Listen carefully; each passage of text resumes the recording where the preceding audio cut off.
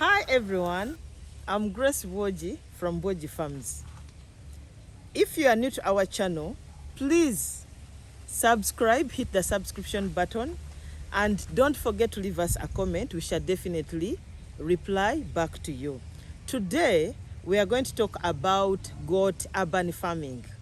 Basically, about a farmer in an urban setting who does not have where to graze from their animals, but they would love to have an animal in their homestead. Some of you have reached out to me and you're always looking for what should we feed our goats on? How do I feed my goats? I don't have land. I'm only staying in a rented house somewhere. Here, I've come with a solution with some things that you can feed your goats on. And most of these feeds, surprisingly, they are free of charge, especially in a country like Uganda, where we have a very good environment where most of the things grow by themselves. So are you bothered on where to get from the feeds to feed your goats? No, don't be bothered anymore. I have a quick solution for you where most of the feeds are not going to cost you money. All it has to take you is an effort to collect them and keep them, store them well for your goats to feed them. Number one, I'm holding here an avocado tree, an avocado branch. This branch is an excellent feed for our goats. There is amaranthus. Most of us in Uganda, we call it dodo. Dodo is a very good feed. With our beautiful environment in Uganda here, we grow a number of trees. Some of them grow by themselves. Like most fruit trees we have, some of them are wild fruits. They are just growing by themselves. What is so funny, somebody eats a mango, throws the mango somewhere. After years to come, you find a mango tree sprouting out of that seed. Some of them are grown by us. That some of you come from the villages, you bring only the avocado fruits, but you forget to bring the leaves themselves. Avocado is an excellent feed for your goat. You are out there and you have nothing to feed your goats. Please don't overlook that avocado tree.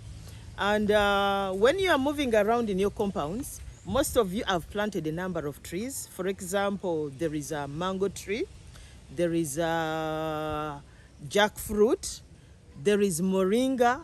Moringa is an excellent tree that has lots and lots of benefits. Does your goat, if your goat does not have enough milk to feed the baby it has gotten, dry that moringa leaves, give it to the mother, and it will start giving you enough milk for the baby. Those who are into dairy farming, moringa is an excellent tree. The good thing about moringa trees that they can grow anywhere as long as it is watered and given ample space for it to grow. There are several trees I've seen around when I'm moving around the city. For example, one of them is mululuza. Mululuza is bitter leaf. Most of us who grew up in the villages, we grew up taking mululuza to cure malaria. A child is having malaria, our parents would squeeze the mululuza, mix it with water, give it to us. But I've realized mululuza is an excellent feed. The goats love it so much. It is an excellent protein source for your goats. Those who are still staying in the urban centers, you have nothing to feed your goats. Go to these markets. Uganda is blessed with a number of feeds, a number of food waste that happens in our markets. Have you been to Kalere of recent? Try and visit Kalere and see. Usually, when you visit our markets, most of our foods that come from the villages go to waste. For example, you'll be surprised to tell you that a goat can eat carrots. A goat can eat banana peels. A goat can eat, you have harvested your garden of sweet potatoes and the vines are there, you leave them to rot in the gardens. Please dry them, wilt them for a day or two, and they will make an excellent feed for your goats. More of the trees we have quite a variety of trees where one can feed their goats on, especially the leaves, not forgetting the fruits. One of them is a mango tree. The leaves can be fed to our goats, not forgetting the fruit itself.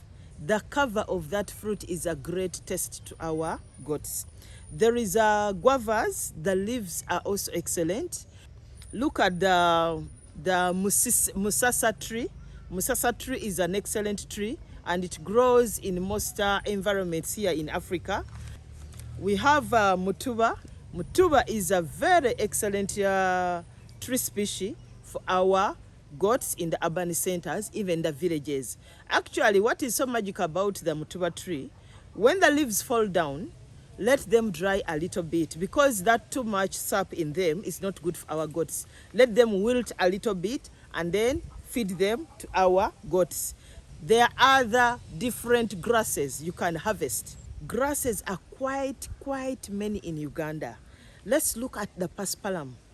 The paspalam, many of you have neighbors and they have lots and lots of paspalam. And what usually happens, what is hurting, is that most of this paspalam is harvested and burnt. After it has been cut, is harvested and burnt. Don't let your neighbor burn that grass. That is a gold mine in your backyard or in your neighbor's backyard. Collect that grass, let it wilt for a day or two, keep it safely, and you feed it to your goats. Some of you may say, no, my goats will not feed something which is wilted. No, that is very simple. If you want to introduce something new to your goats, simply bring the feed that particular day, get some little salt, mix it with water, sprinkle some salt on the feeds. The goats will definitely be pushed by the taste of the grass, the dry grass, and they will start eventually eating that grass.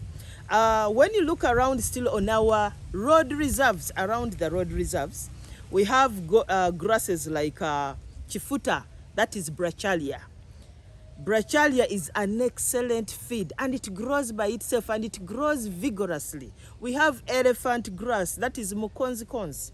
Mukonzi cons is an excellent feed. What is so shocking, that when you go to our downtown shops, most of these grasses are sold down there. They sell you the seeds, but you don't have to buy all the seeds all the time, especially if you have no land where you're going to grow them. Go on our roadside, in our road reserves, especially in Uganda, harvest those. I didn't see the road reserves. Most of the road reserves in Kenya, they were well kept. They didn't have excess grass. But in Uganda, we have plenty and plenty of grass on our road reserves. Please harvest those those grasses. Don't leave them go to waste, and don't tie your goat on the main road, on the roadside. When you tie your goat on the roadside, it is going to cause accidents to other road users. So you can avoid this. Harvest that grass, take it home, and feed it to your goats any day you feel like. Then when you go to the marketplace, our markets are full of farm waste, lots and lots of farm waste. For example, when you go to a place like Kalere Market, you'll find things like potato waste, the potato peels. You find banana peels. You find the vines that have been harvested from the sweet potato gardens being scattered and burnt. Please don't let that gold waste away. Take it to your place. What you can do, the magical bit about feeding this, first wilt it, basically dry it for a day or two, and then the next thing you can feed it to your goats. Still, I insist, if your goat, some of you are going to say, no, my goats will not eat this, eat and this. No, you are more brighter than a goat. A goat can feed on anything you introduce it to. Actually, when I used to stay in some trading center, I used to see neighbors' goats feed on leftover food. For example, matoke, they have eaten rice, they serve some of the goats too. They serve the rice to the goats. Mpombo, those of you who don't know what mpombo is this is a banana leaf where they tie and they cook some food inside that banana leaf. In Uganda, it is very common, and it has some little bit of salt. So basically, the goats will be pushed to eat the leftover food because it has salt in them. Now, not all the feeds are good for our goats. Some of them may cause infections like bloat. A goat may get a bloated stomach. like the goat may get a lot of gases, and eventually you see your goat dropping dead. Some feeds may bring diarrhea to your goats if fed in their raw form. Some feeds may also bring infections like listeria. For example, if you fed your goats on fresh potato peels, fresh potato peels cause a lot of diarrhea in the goats. Fresh banana peels cause a lot of diarrhea in goats. But to reduce on that, please make sure you dry them for a day or two before you feed them to your goats. Number 2, here you can harvest like the brachylia I talked about, the mukonzi, that is elephant grass. You may harvest it and dry it a little bit. The paspalum, harvest it and dry it a little bit, and then you keep it for further use. It can even stay for months and months. However, here is the disadvantage of keeping the grasses. If they don't dry so well, usually they grow molds. These molds, if you feed your goat on grasses with molds, eventually your goat may fall sick. So make sure if you harvest these grasses, they have dried well, and where I store them, make sure you keep them in a dry environment where water cannot reach, where it is not moist enough, where rodents like rats cannot reach, and then you can keep getting a little bit of it and feeding your goats. So an urban farmer out there, you are failing to start because you don't have where to feed. I've given you the solutions. It is up to you to start. Are you somewhere staying in a rented house and you don't know how to go about goat farming? Please, this video has been for you. Follow it to the dot, and please do not forget to give me your comment down there. I will be able to respond back. We are here to learn from each other. Let's discuss and see where this goes. Thank you for watching Boji Farms videos. Please, I urge you to subscribe, and also please leave us a comment down there. We shall definitely reply.